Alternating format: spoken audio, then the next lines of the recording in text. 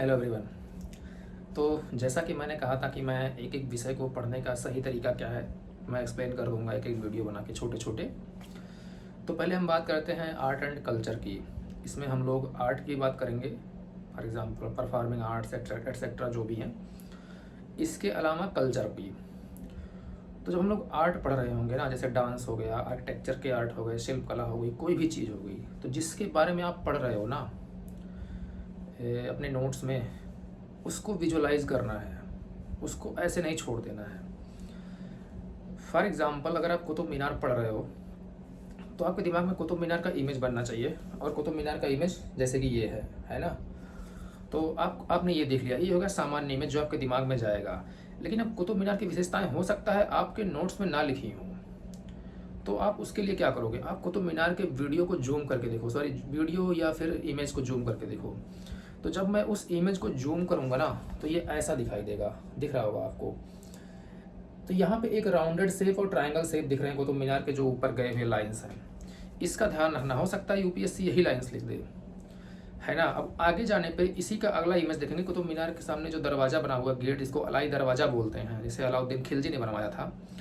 उसको जब आप देख रहे होगे तो इसमें आप क्या देखोगे, इसमें रेड सैंड स्टोन यूज हुआ है, कहीं कहीं व्हाइट है इसमें।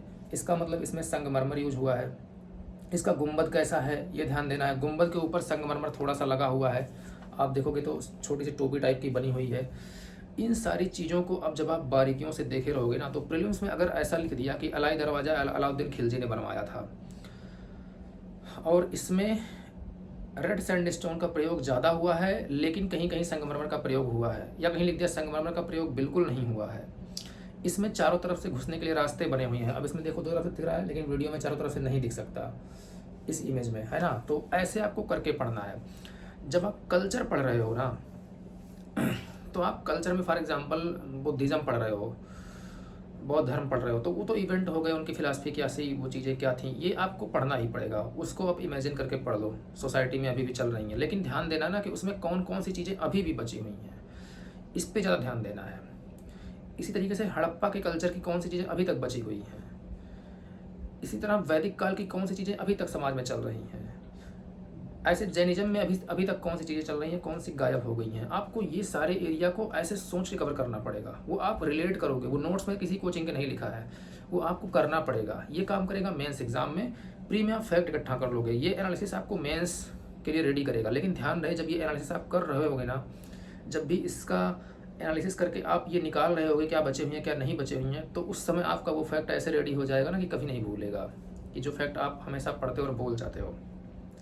तो पढ़ने का सही तरीका ये है। अजंता की पेंटिंग अगर आप पढ़ रहे हो, ये भी एक आर्ट ही है, तो अजंता के इमेजेस डाउनलोड करो गूगल से, उसको देखो कैसे पेंटिंग्स बने हुए हैं, कैसे इमेजेस बने हुए हैं।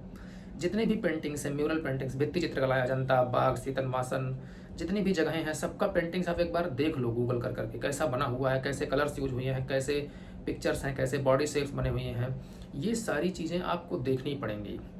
इसके साथ ही जब आप डांस देख रहे हो, क्लासिकल डांसेस पढ़ रहे हो, तो क्लासिकल डांसेस एक तो हो गया आपने पढ़ लिया, दूसरा क्या करो ना, 2-2 मिनट के वीडियो मिनिस्ट्री ऑफ कल्चर के, या किसी भी कोचिंग के, या कहीं से भी, या यूट्यूब पे बहुत सारे पड़े हुए हैं।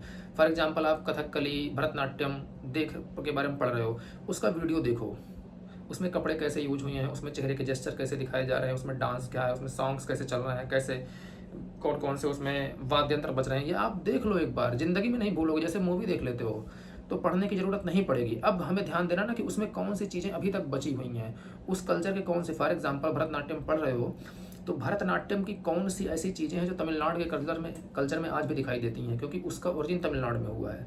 तो उसमें religious, social, political, economic culture जो भी उससे जुड़ रहे हैं भरतनाट्यम से, उसको आप एनालाइज कर लो अभी से। इससे आपका भरतनाट्यम तो रेडी होगा, मेंस के लिए आप अच्छे से रेडी हो जाओगे। जैसे कहा जाए कि भारतीय शास्त्रीय संगीत में आध्यात्मिक झलक दिखती है। अब ये कैसे करोगे, जब आप एनालाइज करके बैठोगे तब।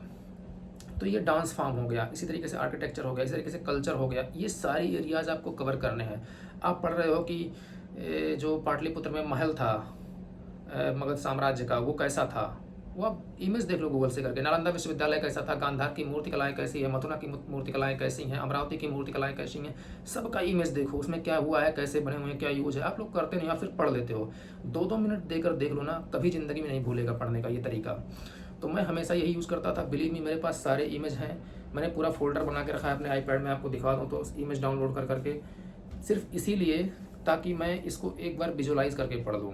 तो आप सब भी ये करिए और मिलते हैं अगले टॉपिक में। तब तक के लिए मस्त रहिए, पढ़ते रहिए और मेरा वीडियो देखते रहिए। धन्यवाद।